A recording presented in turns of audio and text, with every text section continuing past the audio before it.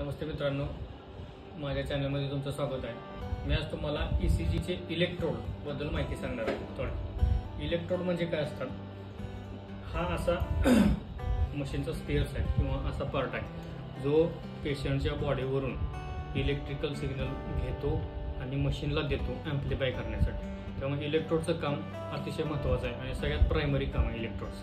त्यामध्ये कसं असते, हे 6 सक्शन इलेक्ट्रोड असतात। सक्शन इलेक्ट्रोड म्हणजे यामध्ये V1, V2, V3, V4, V5 आणि V6 हे सक्शन इलेक्ट्रोड असतात। हे पेशंटच्या छातीवरती आपण काय करतो, नर्सिंग स्टाफ काय करतो की छातीवरती आधी छाती क्लीन करून घ्यायची, त्यानंतर जेली लावायची।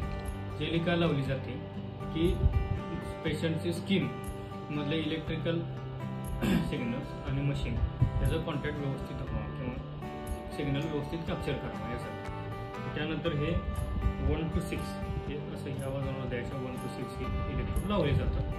हे जर प्रत्येक इलेक्ट्रोडचं एक वेगळं कलर कोडिंग आहे। V5चं वेगळं असते, V3चं वेगळं, हे बघा आता V5 orange, V3 green, V1 red, V4 blue, V2 yellow, हे असे हे 6 झाले।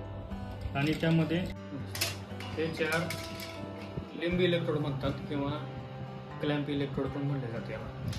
त्यामध्ये बघा 4 आहे। त्यामध्ये बघा की LA म्हणजे हे काय असते की लेफ्ट आर्म आणि लेफ्ट लेग, म्हणजे हे डाव्या पायाला आणि ही डाव्या हाताला। तसं हे RA आणि RL असं म्हणजे राईट आर्म राईट लेग। आणि हे जे कलर कोडिंग आहे ही फिक्सच असते। RA हा व्हाईट असतो, RL हा ग्रीन असतो आणि हे जे 2 आहेत हे पण सेम असतात, LL रेड आणि LA ब्लॅक।